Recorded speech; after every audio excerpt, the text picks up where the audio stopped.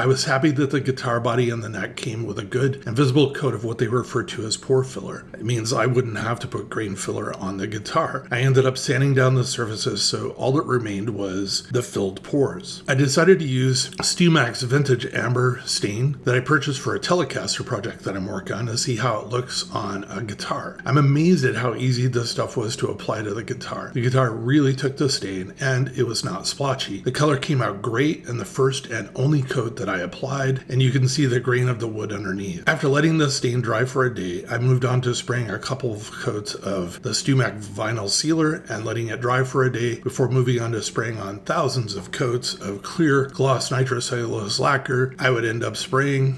I lied. It was actually just 9 coats that I did, 3 coats per day, and then I'd let it dry until the next day where I'd lightly sand it with 800 grit sandpaper, followed by repeating the whole regimen of 3 more coats. I did this for 3 days.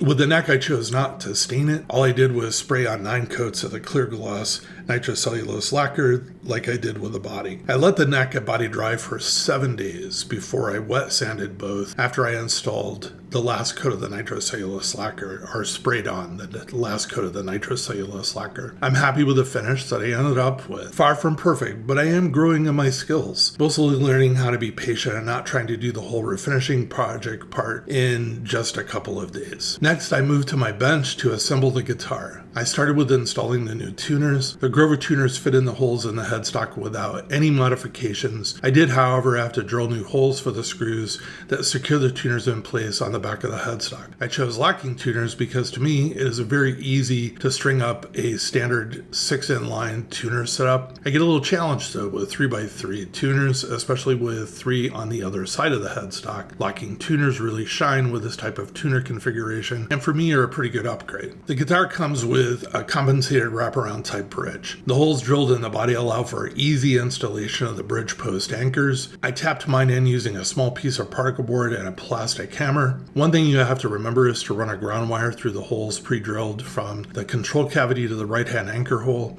then strip off about 1/4 inch to 1/2 inch of the wire so it's exposed. When you tap it, the anchor will hold the wire securely in place and also provide a direct ground to the bridge and strings. I chose what I consider to be an almost perfect set of humbucker pickups from Seymour Duncan. The Seymour Duncan JB and Jazz Hot Rodded humbucker set. The neck is creamy and smooth with a perfect blend of lows, mids, and highs. The bridge provides the biting edge that we call rock and roll. They go for just under $200 for a set. We're spot on the non-covered black humbucker look that Harley Benton intended the guitar to have in the beginning.